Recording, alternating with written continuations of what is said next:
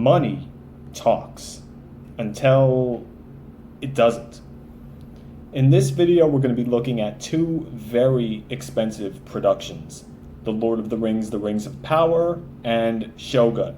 And we're going to see why one of these productions was a success and the other was a failure. And the point is, no matter how much money you have, no matter how much money you spend, if you aren't telling your story right, if you aren't telling your story in a way that actually satisfies us as human beings, your production is going to be a failure. Expensive crap is still crap. So make sure you stick around to the end of the video, because if you do, you're going to learn how to write material that actually makes your audience happy from the beginning, and you'll also probably be able to avoid lighting your money on fire. Let's begin. First, we need to look at how successful the two shows actually were. So we're going to start at the 50,000 foot view. Rings of Power has a mostly positive critical reception, but you have to understand that there is more pressure these days on professional critics to give good scores to high budget, high value productions. You're not exactly going to have a good reputation on social media or be invited to big events if you have a reputation for saying nasty things about big budget productions. So that pressure exists. The discrepancy between the critical score and the audience score on Rotten Tomatoes is pretty big. It has an 83% critical score there, but only a 38% audience score. So it's the exact reverse of each other on Rotten Tomatoes. And Amazon has been secretive about how exactly commercially successful Rings of Power really was in the first season, which is your first tell that not all is as it seems, that something is wrong here, because if the series was actually kicking ass, they would be bragging about it, but they aren't. What we do know is that the series didn't create a surge in Prime subscribers, and it also reportedly only had a 37% completion rating in the United States and about 45% worldwide. So that was pretty bad, because sources supposedly close to Amazon told The Hollywood Reporter that they would consider a 50% completion rating a, quote, solid but not spectacular result. And let's be honest, with a budget of $1 billion, 50% isn't exactly impressive. Rings of Power wasn't even in the top 10 most streamed series in 2022, and it wasn't even Amazon's most watched series that year either. The Boys was.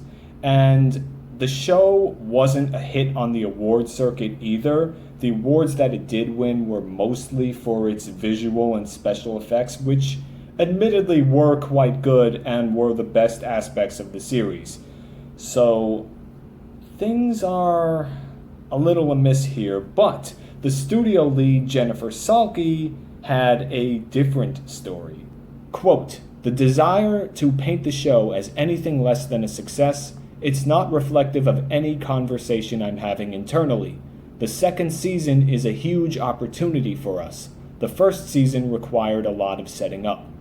These are weasel words. When you have to say stuff like this, it means your ducks aren't in a row. The show was a failure, bottom line.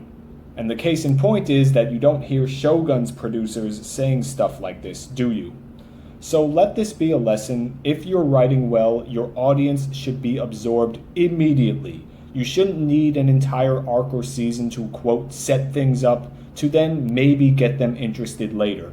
That is a failure, period. And Shogun didn't need to do that because it was good from the very first scene. It has a 99% critical score and a 91% audience score on Rotten Tomatoes. So pretty close and pretty high. Shogun only ended recently, so it's going to take some time to get a broad assessment of how commercially successful it was. But early in its run, it was #1 on Samba's TV tracking list, ahead of all of Netflix's series. So that was an early clue because that doesn't happen often. Netflix usually dominates those lists. So that's a tell that people really like this, and it's almost certain that this show is going to win notable awards as well.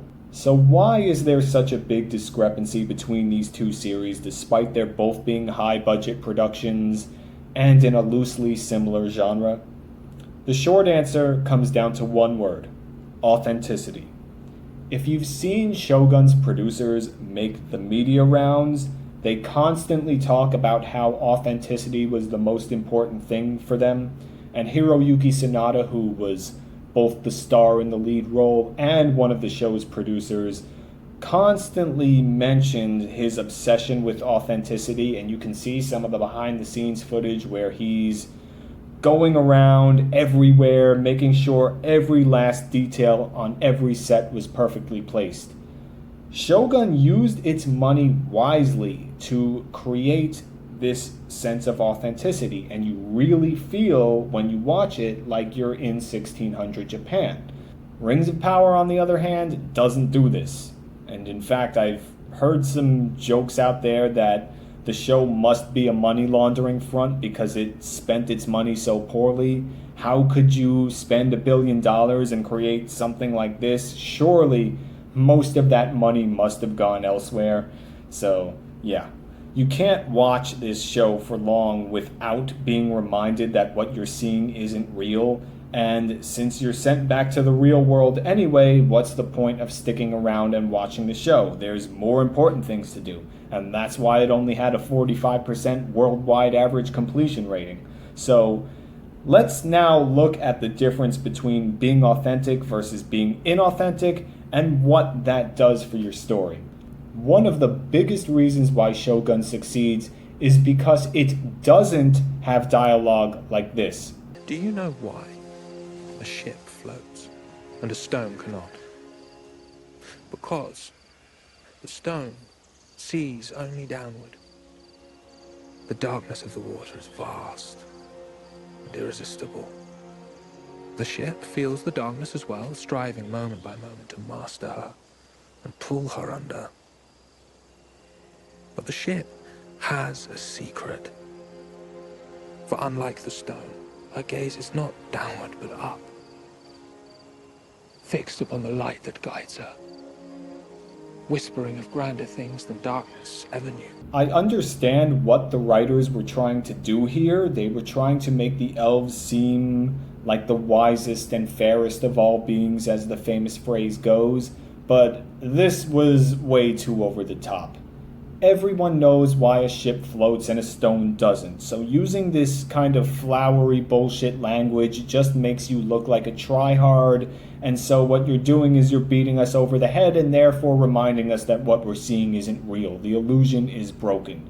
Now, we can be charitable and say that the writers had a tough task ahead of them, because how do you make the elves seem fairer and wiser than men while not speaking gibberish or getting too lost in obscure series lore like was the case with the Silmarillion, which, by the way, I have an entire video about that, so you can go ahead and watch that after this one. The writers should have taken some guidance from the movies, because the movies succeeded in doing this by showing the elves to be graceful and knowledgeable about the world they lived in without making them seem too arcane or like they were, again, beating you over the head. And we can use the famous scene between Frodo and Galadriel in The Fellowship of the Ring to illustrate this. I cannot do this alone. You are a ring bearer, Frodo. To bear a ring of power is to be alone. This is Nenu, the Ring of Adamant, and I am its keeper.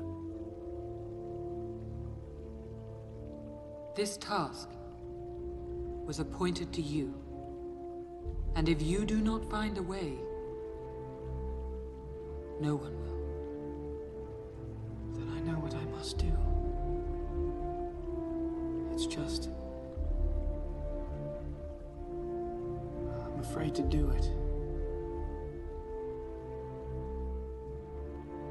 Even the smallest person can change the course of the future. You can see the difference immediately, can't you? You can see how Galadriel embodies notions of grace and power and wisdom, and this is done partially through contrasting with Frodo, but even if he wasn't there, you would be able to see how much she believes in this world and how much authority she has over this world. The special effects were a nice touch, but they wouldn't have done it by themselves. Galadriel believes in herself. But the dialogue in Rings of Power didn't believe in itself. And of course there's that they're gonna take our job scene from episode 4, but another good example of how this show doesn't believe in its own dialogue is with the Harfoots. There's this chant. Nobody goes off trail. And nobody walks alone. That's right. Nobody goes off trail. And nobody walks alone. And then there's the reality. He's responsible, isn't he? The big fella. What precisely do you expect me to do about it? What you ought to have done at the camp. Take their wheels and leave them. So what is it? Again, we have speech from the characters here that doesn't believe itself. But look at the contrast with Shogun.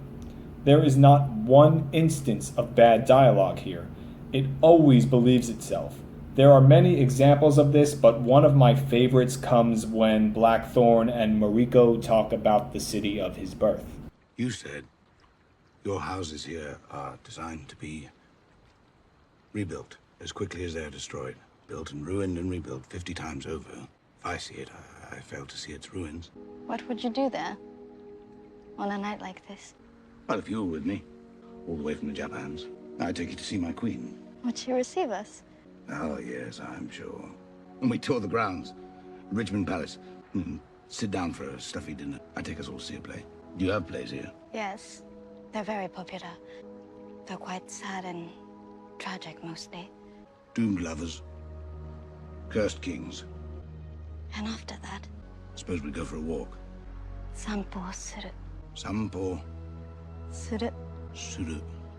Uit Sampo Suru. It's a big river. Runs right through the city, and at night it's quite something, and you can almost forget yourself. And all your troubles and your past, and all the ways life seems to leave you wrecked. And then you are free. Yes, I think so. You can see the difference, can't you? Here, Blackthorne isn't trying to sound superior, he just shows that he's adapting to this new world that he's been thrust into while trying to encourage this person that's with him and deepen their bond. He's speaking her language, but he's using the analogy she once used on him in a new way. And because you know by now that Mariko is far more vulnerable than she first seemed, and we'll talk about these things later, you know how much this means to her. The dialogue believes itself. But it goes much further than just this.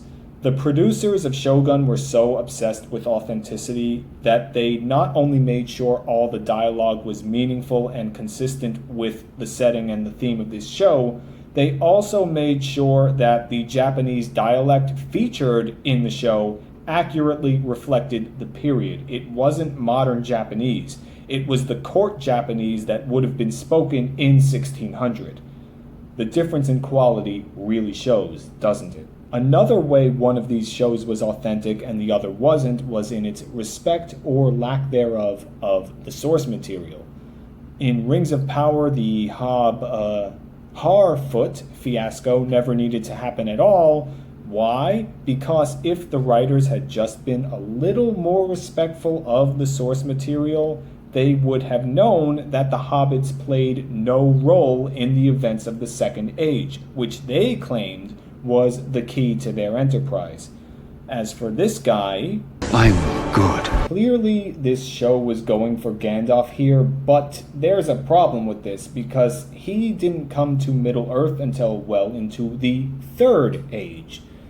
So this breaks the illusion that the show should be casting, not necessarily because of this arcane point of lore that the public probably doesn't care that much about, but because of the way they wrote him. The showrunners probably talked to themselves and they said something like, well, this is what people think of when they think of Tolkien. They think of Gandalf, so he has to be here. And they think of hobbits, so they have to be here, so we'll put them in too. So all of these things, the Harfoots and the mystery Gandalf, felt like they were shoehorned in. And that's why they didn't feel important at all. It felt like nothing we were seeing with them mattered, and we were just wasting our time. There are other major sources of disrespect to the source material, and we're going to get to the worst one shortly because that's a topic all on its own. But another big problem with this show is in the pacing, because they are so disrespectful to the source material this show is that the timeline's all screwed up. I can't even imagine how they're going to get 5 seasons out of this. A real Second Age show shouldn't have covered this mystery box Gandalf. It shouldn't have covered the Harfoots. It should have covered the actual important events of the actual Second Age. So you start with the rise of Numenor and Sauron's slow emergence from hiding after the War of Wrath that ended the First Age. You continue with the forging of the Rings of Power and the subsequent War of the Elves and Sauron. Then you cover the decline and fall of Numenor, and finally, in your last season, you cover the War of the Last Alliance. You know that first scene from the Fellowship of the Ring? Yeah, that's the War of the Last Alliance. That's what you should cover in a Second Age show. That would be authentically Tolkien. And I know there were some rights issues with this series, and the showrunners and producers apparently couldn't secure everything that they wanted, but with a budget of $1 billion, you have no excuse to not do that. Everyone has a price, and with a budget like that, you should be able to meet it, period. So what does Rings of Power wind up doing? It condenses all of the important events of the Second Age into maybe a few years, so it doesn't do all that it can to focus on the aspects of the Second Age that were important. It instead rushes through them so it can also focus on what can only be described as bad fan fiction. The Harfoots, the mystery box Gandalf, the whole digging for mithril business. What's the point of any of it? I don't know. Shogun, though, is faithful to its source material. Not only to James Clavell's novel, but to the actual time period as we've seen. And it's faithful to a fault even, because if I have one criticism of this show, it's that the ending felt anticlimactic compared to everything we went through to get there. It felt like you just had a bunch of dialogue that magically resolved all the conflicts, so it was a bit of a disappointing Deus Ex Machina in my opinion. But the show's producers did it that way because that's how it actually happens in the book. And disclosure, I haven't actually read the book, but I have looked it up, and indeed the ending of the show is essentially what it was in the book. So I can't fault them for being faithful to the source material, but it felt like there was a better way to resolve all the tension. There are always changes when content goes from one medium to another, but Shogun aimed for authenticity, and that's what it got. Again, Hiro Sanada went over every set with a fine-tooth comb to make sure every last detail was authentic, and it shows. Meanwhile, the producers of Rings of Power fired Tom Shippey, who was one of the well-regarded Tolkien scholars that they had working on the show, and made so many changes that, again, it feels like what we're seeing is bad fan fiction, not Tolkien. And as much as the setting in Rings of Power suffered, nothing suffered worse than the characters. And because of that, the audience suffered too. The main characters in Rings of Power are terrible, and there's no other way to describe it. They are just terrible. And we can see that very early on, because when we first meet Guyladriel, She wants to leave one of her troops behind so she can keep going on to the objective, which is so important to her alone, which, again, that's not exactly the best way to introduce your main character. So there's no reason to want to get behind Guyladriel, and that's a real problem for a protagonist. She is manipulative, she's juvenile in a way that the real Guyladriel would never be, because, again, at this time in the Second Age, Guyladriel was already thousands of years old and saw through Sauron's disguise in the real Second Age when he tried to convince the elves to forge the Rings of Power.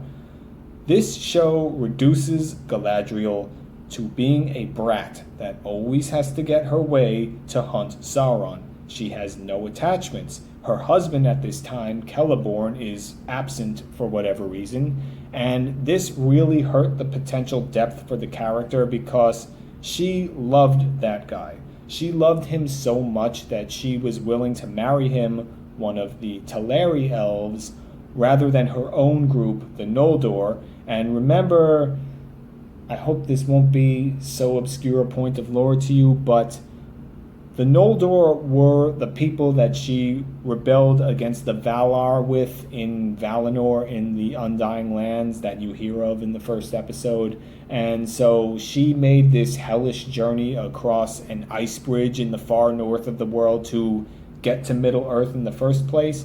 So yeah, Galadriel married this guy, Celeborn, that was not one of her own people because that's how much she loved him. She loved him so much that that was more powerful of a bond than even those experiences. And it is, again, very much to her detriment that Rings of Power ignored this side of her character, because it might have actually made you care about her enough to at least try to understand some of her worst qualities. But that wasn't the case, so nothing and no one else matters to Galadriel. There is this flashback in the first episode that showed her brother dying while hunting for Sauron, but it isn't powerful enough to make the viewer feel like Galadriel's actions in this series are justified. It's just not, especially because, again, as we've noted, the dialogue that you saw between Galadriel and her older brother sucked, so there was no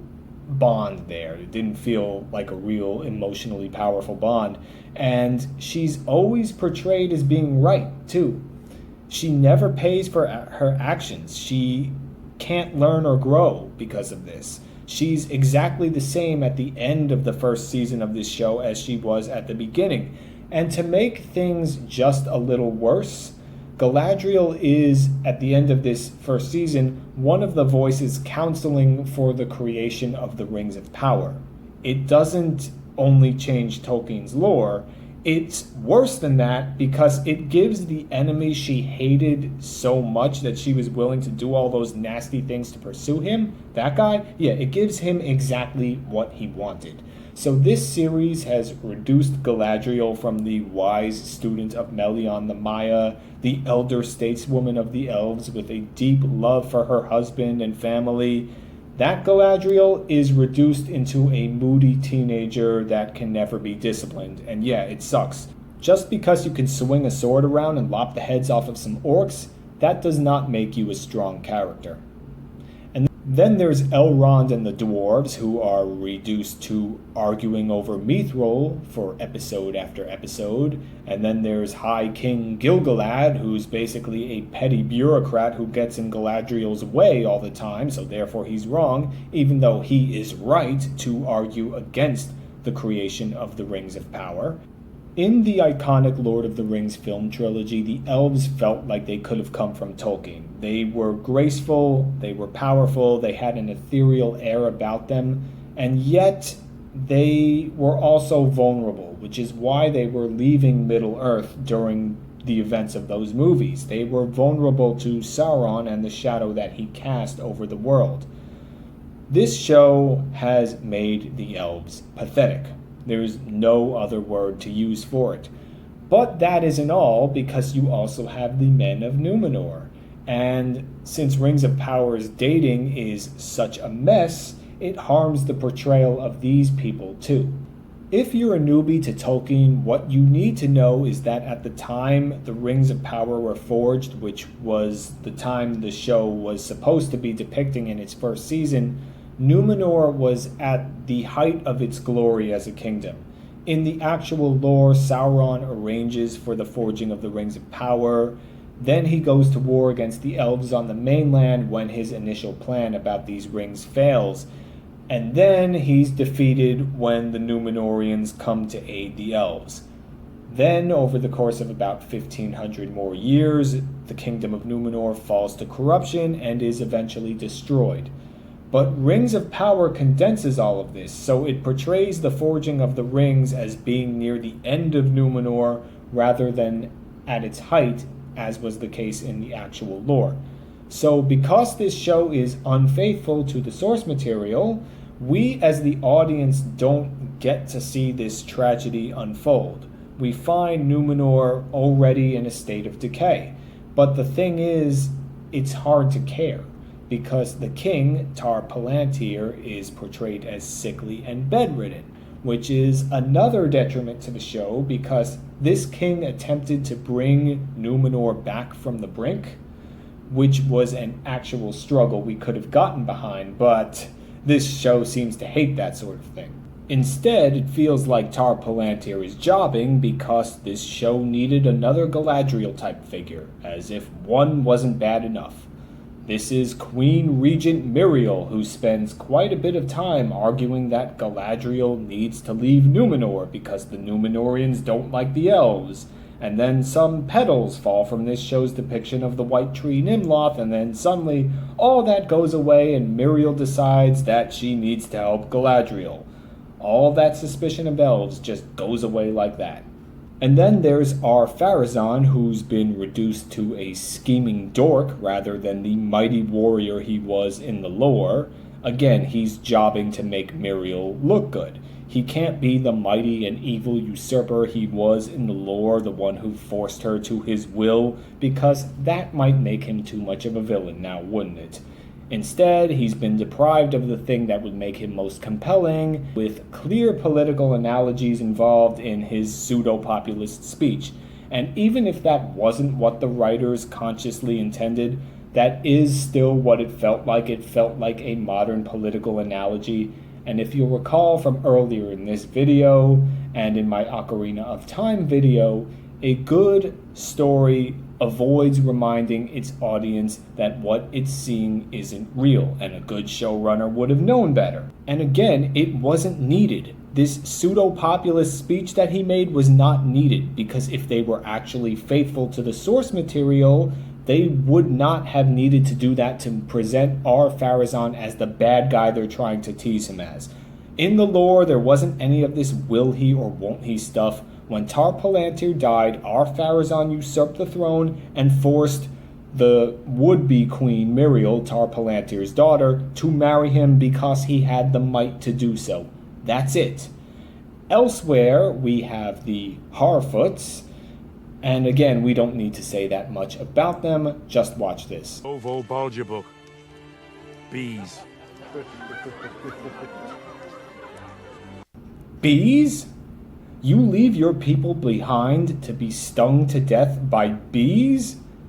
When I see this as a viewer, my thought is, yeah, I hope Sauron conquers your ass, because maybe he might be better than you. Shogun had a trickier situation because it takes place in Japan's Sengoku period, and this was a time when you had a lot of different rival warlords fighting for power, so these are all ruthless men, and it's not so clear that one is better than the other. It's not a clear case of good and bad as it is in Tolkien's world. So how does Shogun make you care about these characters with this setting?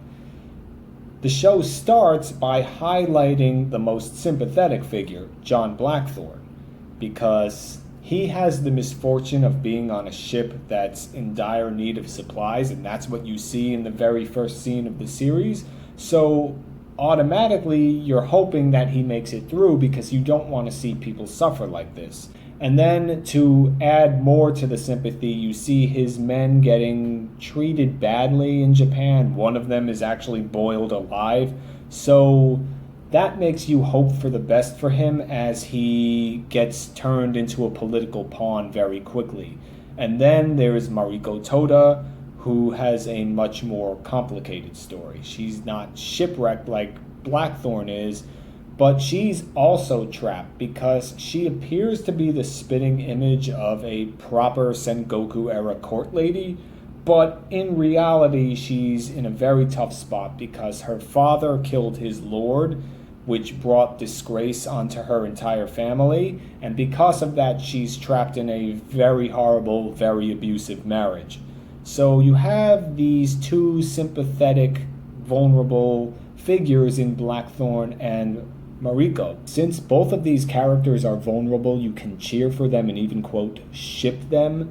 And I have to admit, I loved watching them get closer as they try to deal with their predicaments, and it is to Cosmo Jarvis and Anna Sawai's credit that they pulled it off so well. Then there's Lord Yoshii Toranaga, and this was a challenging role to pull off because, unlike the other two leads, he's not so much of a victim of fate. He is a warlord who's scheming for dominance, just like the show's antagonist, Ishido Kazunari. At the start, Toranaga is at a disadvantage, but that doesn't necessarily mean you want to root for him. You don't see signs that Toranaga would necessarily be better in power than Kazunari, for example. But the writers realize this. So you're on Toranaga's side mainly because Blackthorne and Mariko are tied to his success. If he fails, they do, so you root for him. And it also helped that Shogun had the benefit of having Hiroyuki Sanada in the role, and he pulls off the distant, powerful, and yet at times surprisingly vulnerable, if only for show, daimyo perfectly.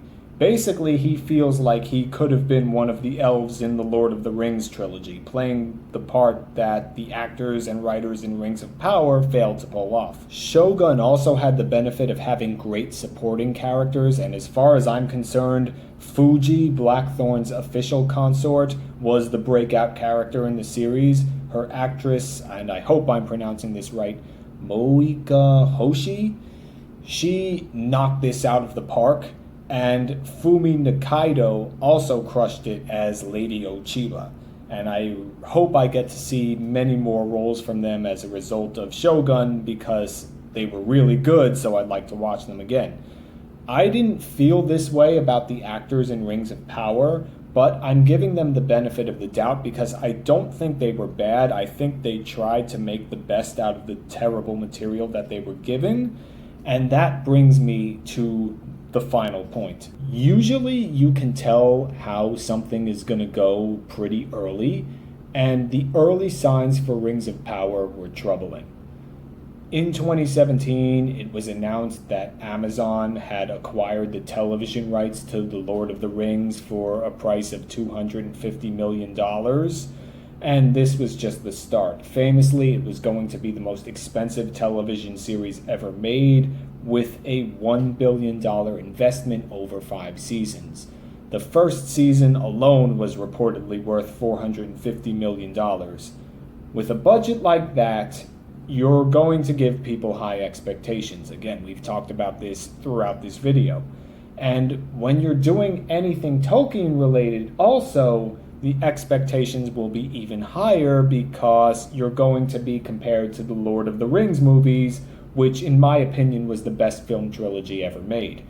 So Rings of Power, through no fault of its own, was behind the 8 ball from the beginning, and it really needed to pull off something great just because of those qualities alone. But Amazon nevertheless set itself up to fail, first and foremost by betting big on J.D. Payne and Patrick McKay, who had never been showrunners before. They were instead recommended by J.J. Abrams, their former employer, and the guy of Star Wars fame or maybe infamy. Now, should this have been fatal? Of course not, but it was a curiosity and a little signal that things with this show might not make sense. Again, if Amazon was prepared to spend $1 billion on this production, it could have easily hired more experienced showrunners. So this was a bit of a mystery why they decided to do this. And more telling was that Amazon didn't hire a marquee actor to star in the show. The Lord of the Rings movies made sure to have an ensemble cast with the likes of Ian McKellen and Christopher Lee and Cate Blanchett and Sean Bean, to name a few. Closer to home, on the small screen, successful TV series like Game of Thrones tended to have at least one big-name actor as well. Sean Bean, of course, was in Game of Thrones to start off. Henry Cavill was in The Witcher. Shogun, meanwhile, had the benefit, again, of Hiroyuki Sanada. Rings of Power, though, didn't have any big names. It didn't have a marquee actor. And with the budget it had, that's not excusable. Yes, the show wanted to focus on the Second Age, which was thousands of years before the events that you're familiar with in The Lord of the Rings, and so they wanted to make the more familiar characters like Galadriel and Elrond seem younger, but as we've seen, those two were already thousands of years old by this point anyway. Elves are immortal, remember? Amazon could have easily gotten Hugo Weaving to reprise his role at least. I bet it would have been too embarrassing for Hugo Weaving to do what Elrond wound up doing in this series. The first season anyway, there's 4 more. Shogun was also a high-budget production. We don't know the exact figure, but it was the most expensive in FX's history. It was to the point where the producers were willing to spend $7 million on a Super Bowl ad because, according to them, what's another $7 million? The difference is that Shogun used its budget wisely. It brought in the big-name actor. It brought in the period experts who were there to ensure that every last detail on every set was authentic. It brought in showrunners, the husband and wife team of Justin Marks and Rachel Kondo, who actually knew what they were doing. While the visual effects of Rings of Power were good, and that probably cost a lot of money, more clearly should have been invested in the writing and acting. You can put a fancy wrapper on a shit bar, but you shouldn't be in the business of selling shit bars. So what are the lessons we can learn here? Number 1, if you're adapting something, respect the source material. Don't make fan fiction. You might have ideas about how you would do a series, but if you're working on a franchise that's well established and has a lot of fans, like Tolkien's world, those fans are going to expect something. Do not go against those expectations. You don't know better than the original author. Some changes will be necessary to adapt the work to a different medium, but try to stay faithful. Be authentic. Shogun was, Rings of Power was not. Number 2, the writing determines the success of everything else. That's the foundation of your production. Make sure you're spending your money on good writing first and foremost. People will forgive lower budget effects if the writing is good, because good writing will allow them to suspend disbelief. Good writing will even to some extent determine how good the acting is. But no effects and not even great acting can save bad writing. Brad Pitt and Peter O'Toole couldn't save Troy in 2004, now could they? In your budget, spend your money on writing first, then acting, and then effects. Shogun did this properly. Rings of Power, for whatever reason, didn't. 3, make your main characters actually likable. Make them feel like what they're doing matters. Don't make your good guys do bad things and not pay for it. Don't make them keep beating a dead horse like we saw in the whole digging for Mithril debate. Don't make sudden about faces that suddenly contradict previous writing like the whole Nimloth thing. Shocking concept, I know. Do you agree with my assessments about these 2 shows and why one flopped while the other was a success? Please let me know in the comments, because each and every one helps the show get stronger. Also, since you're here, I'd appreciate it if you hit the like and subscribe buttons, because every last one of those things helps me in my fight against the real Sauron that we're hunting, which is the YouTube algorithm.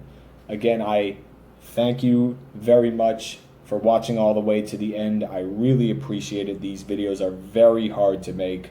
And if you go to my Patreon page, you can get the script for this video, the backlog of future videos, and a whole lot of other goodies besides. Or you can go to my tip jar at Ko-fi and you can see my store there and buy one of these scripts or future videos individually. It's up to you. The links are in the description. Next week, we are going to look at a severely underrated manga, Claymore. And we're going to see how that is a perfect example of charismatic storytelling.